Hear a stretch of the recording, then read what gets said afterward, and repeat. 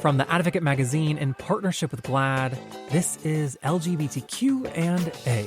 I'm Jeffrey Masters, and as I recently learned, the history of opera is woven with a surprisingly transgressive relationship to gender. The earliest known works had female sopranos in the roles of boys. Famous composers like Mozart and Strauss, all of them wrote male characters explicitly created to be played by women. And of course, there were the castrati, men who were castrated before puberty in order to preserve their high voices. The castrati were celebrated during their time, even considered superstars, and they would play both male and female roles. Now, despite all of that, when it comes to singers in opera who are out and identify as trans, there are relatively fewer examples to pull from. When Lucia Lucas was first coming out in 2014, she thought it very well could be the end of her career. There was no precedent, no rulebook, and while she has since gone on to make opera history, that was never a guarantee. Lucia's history-making turn as the title role in Don Giovanni made her the first known trans person to have a principal role in an opera in the States. And that experience is documented in a new documentary from James Kicklater called The Sound of Identity. Lucia is here today to talk about all that and more, so let's get to it. Without further ado, here's Lucia Lucas.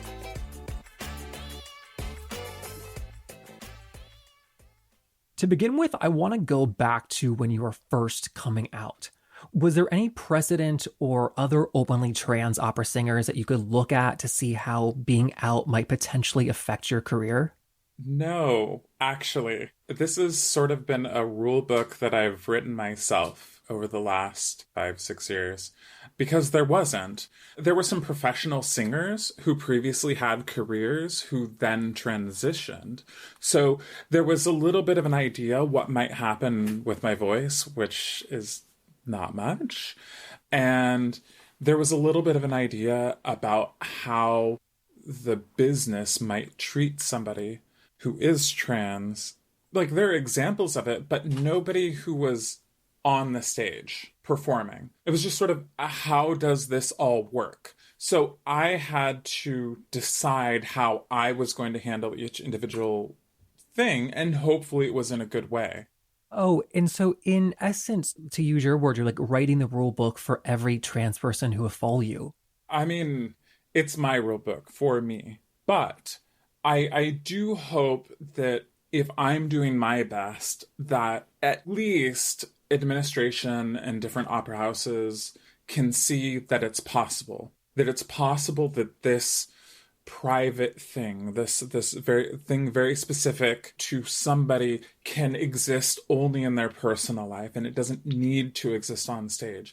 The opera doesn't need to be reworked. Nothing needs to happen. You can just glue a beard on, and I'll go out there and I'll sing, and it's fine, and I don't care, and I just want to keep doing my job. You know, if I'm going to sing baritone, I just want to go sing baritone really well. And so now that you have been out, you came out officially in 2014. How welcoming have you found the opera world? Well, the public in opera houses, they're typically a little bit more conservative than the people who are performing. But I will have to say that they're way more understanding and willing to at least inquire instead of shutting down somebody who is not someone who they're used to seeing on stage. We're seeing more and more shows start to break that down. I think that comes with so many TV studios that are existing now. There's more TV studios than have ever existed. You know, we have Netflix, we have Amazon, we have Hulu, we have Apple with their own series. You don't have to make, 40 million or opening weekend. You're not playing to that many people in a theater. You can play to niche audiences. Like, everybody doesn't have to like it, and it's set up that way, and it's beautiful that way. We can tell specialty stories to specialty people. You know, one massive difference between Hollywood and opera, and correct me if I'm wrong, but you have almost only played male roles, and that is how your career is likely to continue. Is that right? Yes, the majority of characters that I play in my main stage career are men. Specifically, angry men between the age of 35 and 50. That's my FOC. So the FOC is what type of voice you have. And so because of the characteristics of your voice, the timbre and like the notes, you are in that category almost only for opera. Yeah, I mean, unless a new composer wants to write something else, which is actually the case with Tobias Picker. He's writing The Danish Girl for me. You know, that's kind of something special. And that's because a composer said, hey, I would like to do this for you. Tobias Picker is someone we get to see in the documentary about you, The Sound of Identity. In it, you actually address the big question I had going into it. You know, you are a trans woman playing these male roles, and I wonder what kind of effect that has on your own experience of gender and any gender dysphoria. In the documentary, you say that it has no effect. I think that the assumption would be the exact opposite. Can you elaborate on that for us? Well, it's not that it doesn't have any effect at all. I'm not gonna belittle that people have gender dysphoria, or that even that I don't have it. But with me, I tend to think through things a lot. I tend to be really heady about it. So before I came out, I was thinking, okay, could I possibly still play these men? So I came out, and the next week I had 4 performances. So it was just like on stage, on stage, on stage, because I was living in Germany at the time, still am. So I would come to the opera house in a dress and makeup and everything like that. And then they would glue a beard on me, you know, draw wrinkles on my forehead. And I would go out there and scream. Not scream, but I would go out there and sing beautifully my part, just like the week before. Then I would go home. I realized, oh, I can just leave it on the stage. I can be myself in my own private life, and I can do my job the same way, if not better, than before on the stage. And so it's not that I didn't have dysphoria, but I sort of mentally went through it before I did it. And then after a week, I sort of said, is it too much? Can I handle this? And I said, yeah, no, I can handle this. This is about acting. It's not about anything else. But yeah, I had sort of prepared myself in advance. I also think that we view gender performance differently depending on the performer's gender, and we have different expectations. A man in a dress is funny. That is traditional drag, and we know what to do with that. It's comedic. But when we see a woman in a suit, we don't have an automatic social primer to know how to react per se. And along those lines, I think that nobody goes to a drag show and thinks that every single performer they're watching is experiencing gender dysphoria. Well, let me contextualize it a little bit more, though, for opera, because... No, yeah. Please. No, I mean, of course you have a point. Definitely. What I would love to say is that opera has had a tradition of women playing men, except not exactly. There's a tradition of women playing young men or boys, Hosenroll, or it's just pants rolls, you know, it's just women playing men. There is this sort of association with like a little bit higher voice, like maybe a mezzo-soprano or something like that, playing a teenager. So when you have me playing Wotan, I think it's more of a disconnect for the audience. And I'm fine to say, okay, I understand that maybe it's not quite the drag you're used to. And when you are performing, does it feel the same to you to be playing these male roles now compared to before you came out? Like, is it more fun since you're now just performing masculinity for a short period of time? It is the same, and it is more fun. It is the same because I didn't arrive at my identity, you know, in the last 5-6 years. I knew when I was like 5 or 6 years old. Maybe I didn't have the vocabulary for it, but I knew back then. So the context of me growing up, I always saw gender. I always saw the difference. I always saw how women were treated and how men were treated. When I was growing up, I had to learn these traits of masculinity. I had to learn how to walk in a masculine way. I had to learn how to talk in a masculine way. So I learned how to take on these masculine traits and how to, quote, pass as a masculine person.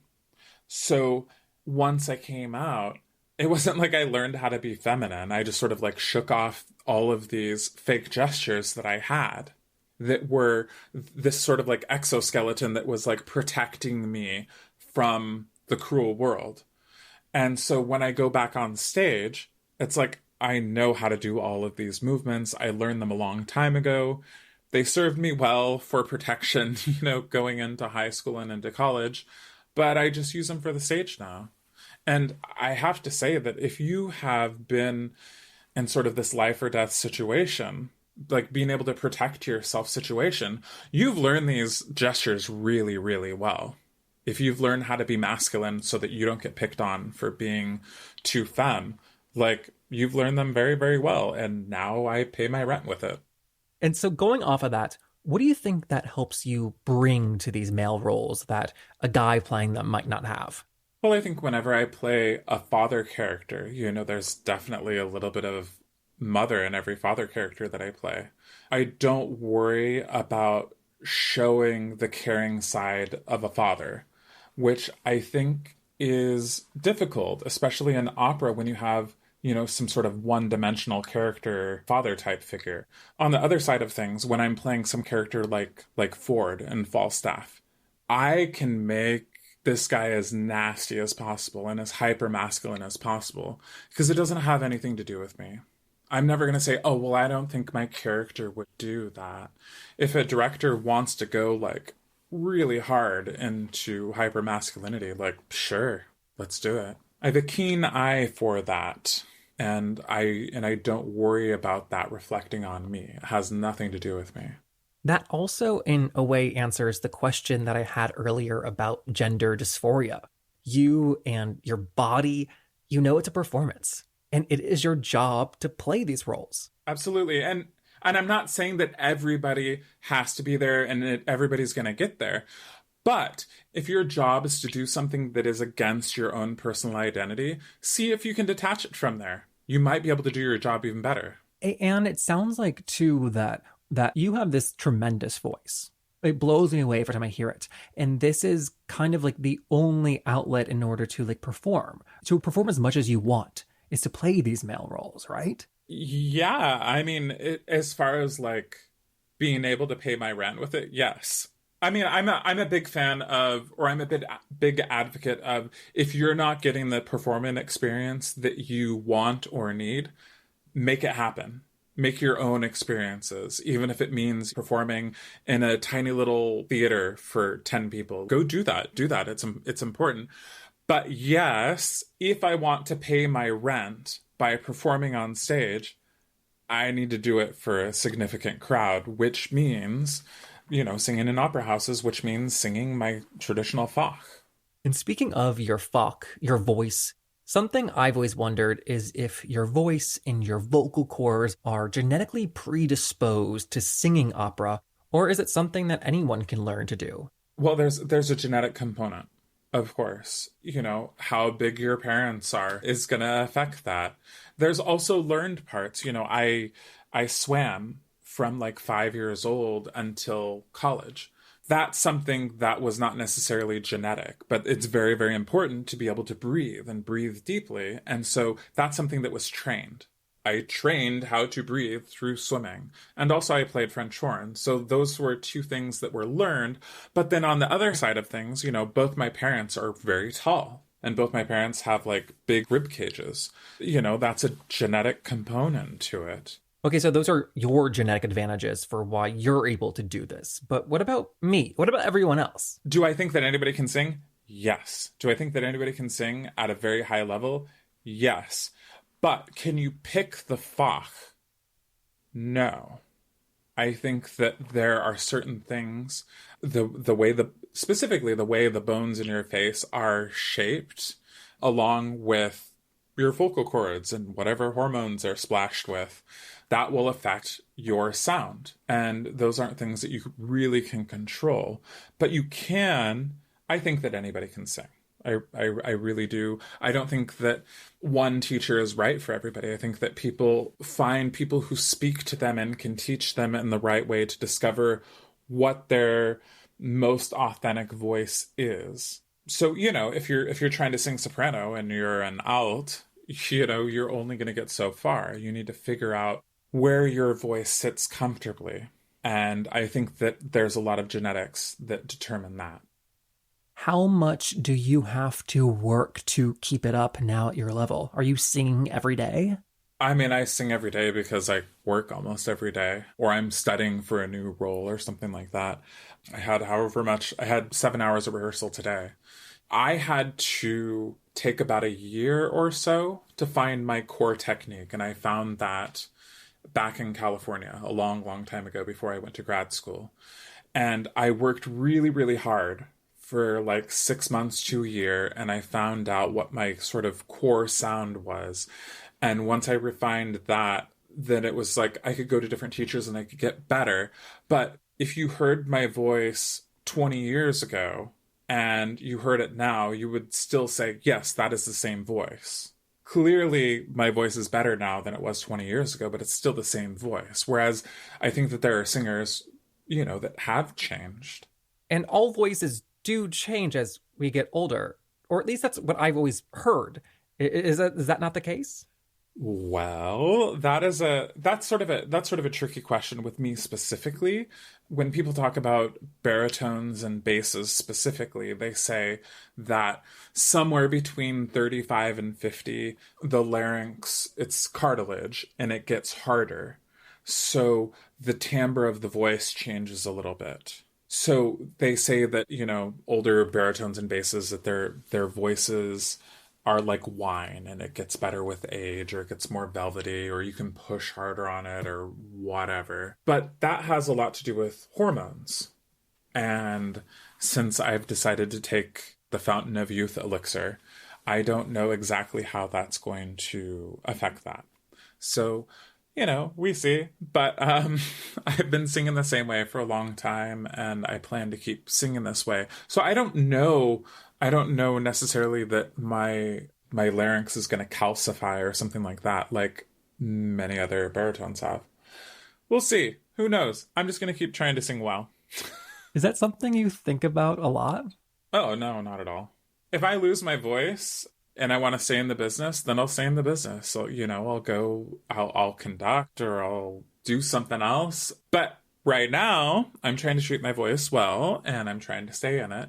And I have a deal with Tobias Picker that I will do his premiere. So, I got to stick in it. And that's the Danish Girl opera adaptation that's being written for you. When will it be up and on stage for an audience to see? Right now, everything's getting rescheduled.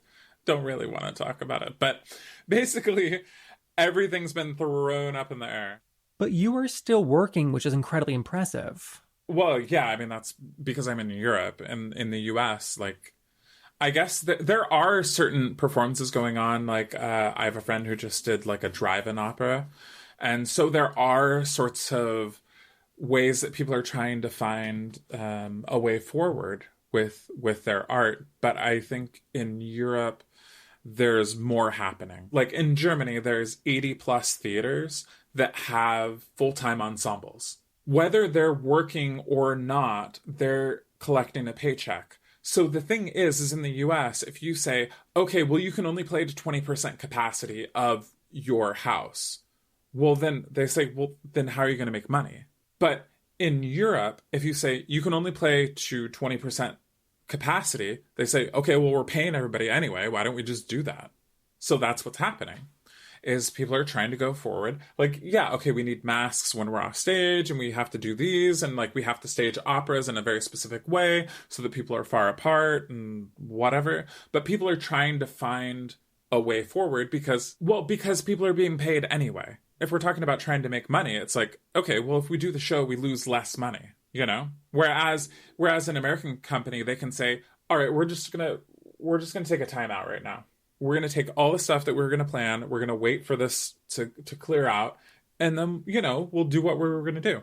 It's also just fascinating to think about. I'm concerned about all of like the restaurants and the bars that are never going to reopen and like physical spaces. It's fascinating to think about the performers and the creators that are going to leave the industry forever. Yeah. Think about Juilliard, let's say. Juilliard is one of the most well-known schools in the world for performing arts. Well, what's going to happen to these people who, let's say they graduated last semester? What are they going to do? Let's say they were like prime, ready to start their career. What happens to those people? What about the people who graduate in a year? What about the people who graduate the year after that? In 2008, 2009, there was the financial crisis, right? So we can look at that sort of as a model for what happened. And what happened was there was a traffic jam of 2 or 3 years of people who were qualified for positions, but there was not any space for them. I mean, we're not even talking about arts, but when we're talking about arts, what's going to happen if you haven't already broken in? There are going to be certain people who just go, you know what? I'm not waiting around to see how this shakes out. I'm going to go get a job doing something else. But even if people stick around and stick in it, there's sort of a traffic jam of however many people graduate to go into like young artist programs or something like that. Any sort of training program is going to be affected by that. That's a great way to put it, the traffic jam, competing for the smaller pool of jobs. Right. So the people who are already in the system, those are the people who are going to be the ones that are working right away. In your story, you were working in opera when you came out as trans. Yes. It would have been a bigger challenge had you come out as trans and then tried to break into opera, right? Absolutely. And so part of my journey and part of my story and part of my like writing the rule book for myself is that I say, hey, I had a career. I still want a career. There's this very little thing that has changed about me. Can I still have a career? I think that it's a very good sort of example of how accepted and how willing the business is to keep specifically me in it. Now, if I was trans trying to break into the business, I think that it would have been much harder. But with me and also one of my friends, Adrian Angelico, with both of us, we already had careers. And we said, we want to keep our careers. May we still do that? Once we do that and we show that we can still do our jobs while existing as trans, then it's sort of like, okay, so this isn't a thing. I hope this isn't a thing. I hope that it at least doesn't disqualify us or somebody else from being able to do it in the future. This particular situation that we're in right now makes it more difficult. But I think that you're going to see people coming into the career while trans, which of course is the wonderful thing. And now they can point to somebody who is doing it and succeeding. You had already proven yourself too. And I think a big example of that is just your age. A lot of the roles you played typically go to older people in their 40s, and yet you were playing them and getting cast already. Yeah, when I go audition, especially for Verdi and Wagner, I'm singing auditions against people who are 15, 20 years older than me. Regardless of gender, of course. But just that, people are older than me. I did my first Wotan before 40, which is not really commonplace right now. I have to tell you, I find opera to be incredibly enchanting. I made all my friends sit down and watch Anthony Roth Constanza in Akhenaten when it premiered on the PBS Great Performances. Mm-hmm. And they were like, what are we watching? And I was like, it's art and it's stunning. It completely blew me away. But I just wonder, for you, what attracts you to opera? I've thought about this. Because I don't know, I sort of randomly fell into opera, but it's definitely my medium, for sure. And I think the reason why is opera is all about taking or finding the core of the moment. An aria will be a split second in time. So we basically stop time, and then we take the split second and the emotions that are felt in the split second and then expand them out to 5-10 minutes or whatever. And then we move on with the story. But taking that and then singing about it, it's kind of absurd in one way. But I love finding that core and making it as genuine as possible. And saying, you know what? This isn't ridiculous. This isn't ridiculous. This is important. This is a moment. We're going to make it as genuine as possible and be in the moment as much as possible, even though we're singing, maybe in a different language, and the time scale is all messed up. But we're going to find the core of this and make it honest. And I think that's just sort of why I fell in love with that, is because I have figured out how to do that. I think that's a beautiful answer. and an amazing place to leave it at. So thank you so much for taking the time with this. Thank you for having me. All the way from Germany.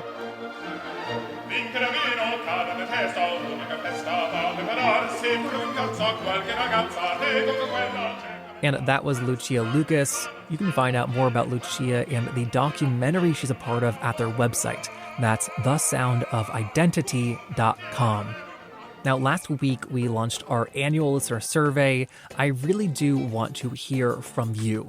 I want to know what's working, what's not, what you want to hear more of. It is anonymous, so any and all feedback is welcome.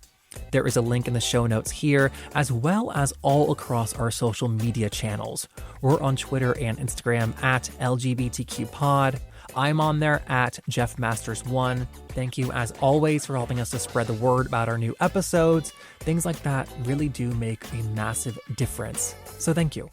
We're brought to you by The Advocate magazine in partnership with GLAAD. Come check out all of our work at advocate.com and glad.org. I'm Jeffrey Masters, and I will see you next week. Goodbye.